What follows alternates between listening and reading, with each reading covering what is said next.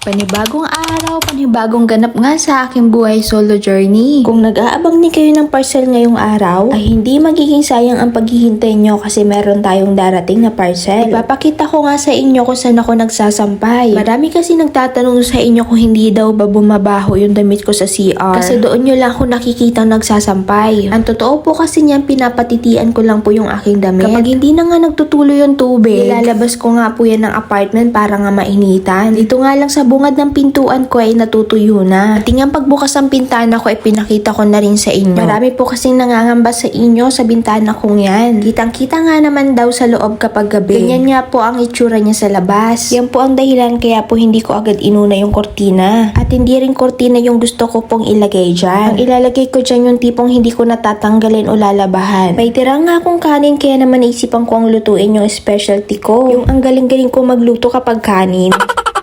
Uy, mahirap na talent kaya yan. Yung iba nga hindi nga na perfect lutuin yan eh. At tumating na nga yung gusto kong ilagay dito sa bintana. Alam ko nagkakameron na rin kayo ng idea kung ano nga ilalagay ko dyan. Mamaya ko na nga yan bubuksan. Baka kung anong oras na naman kasi ako makakakain. Lunch na nga lang. Nakailang ulit na kasi ako hanggang ngayon hindi ko pa rin nakukuha.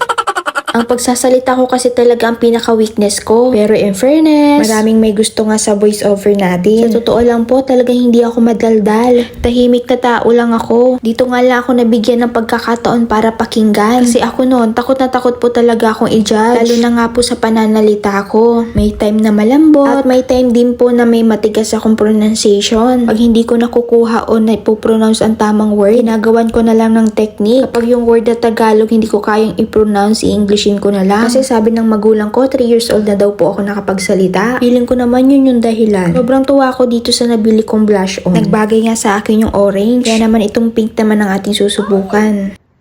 Dumami. Kung alin sa dalawa ang maganda. Oh, diba? Oh, blush on. Pak na pak yung pink. Diferensya ng dalawa. Ito yung perfect peach. At ito yung instant pink. Sa dalawa, mas gusto ko tong pang blush on.